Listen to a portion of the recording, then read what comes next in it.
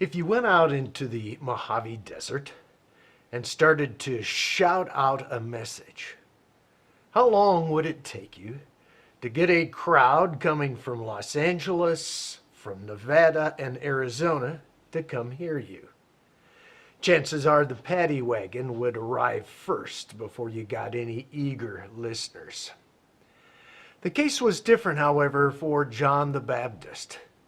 According to Matthew 3 and 5, when he began to shout out his message in the Judean desert, people from Jerusalem and all areas of Judea and along the Jordan Valley came to hear him. Now, was John that great of a motivational speaker, or was something else going on? Well, look at these verses and you decide for yourself.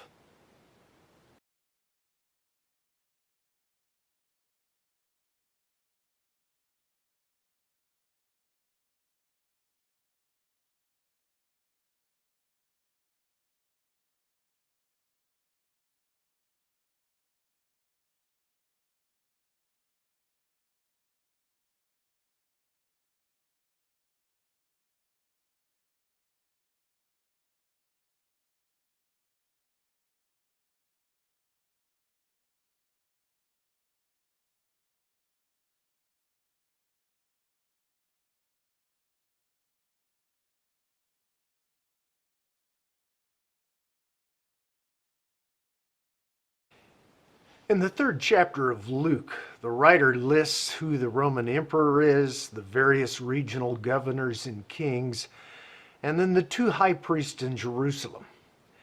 This gives us a pretty close guess at when John begins to preach, and we guess around 26 to 27 CE, or the Common Era, or if you're more familiar with the old AD. Matthew's chronology isn't quite as exact as Luke's, but I think he captures the theological truth of the situation when John goes to preach. And the term he uses, in the course of time, that's Matthew 3, verse 1. And it hints that John's proclamation is an intersection between God's purposes and human frustration. They meet right there with the preaching of John.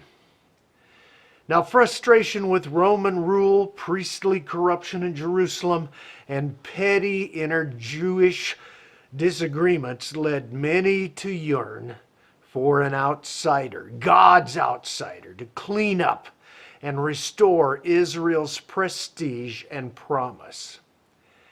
Now, to make matters worse, to many, it seemed like God had just walked away from Israel. It had been over 400 years since God had delivered through a prophet a word of warning or a word of hope and promise. So, if God's not talking to us today, what would we do? We'd go back and we'd look at those texts, and certainly many of the Jewish people of this time would look back at those texts 450 years earlier, even up to 700 years back. And there they found a glimmer of hope that God's king or Messiah would someday arrive, and that he would unite the people under God's covenant or rule. He would reestablish Israel's preeminence and bring the world to its knees in reverence of God. And so they were hoping amongst all their frustration, and then, there was this strange and sudden new voice hollering in the desert, "Repent, for the kingdom of heaven is upon us." I think it's uncanny how our frustration with government and corruption and people's inability to get beyond pettiness is like that of first century Judea. And just as God had an answer for the angst of that time, he has an answer for ours. But the question facing us is the same for those first century people. Will you hear God's voice, even if it is spoken in the desert?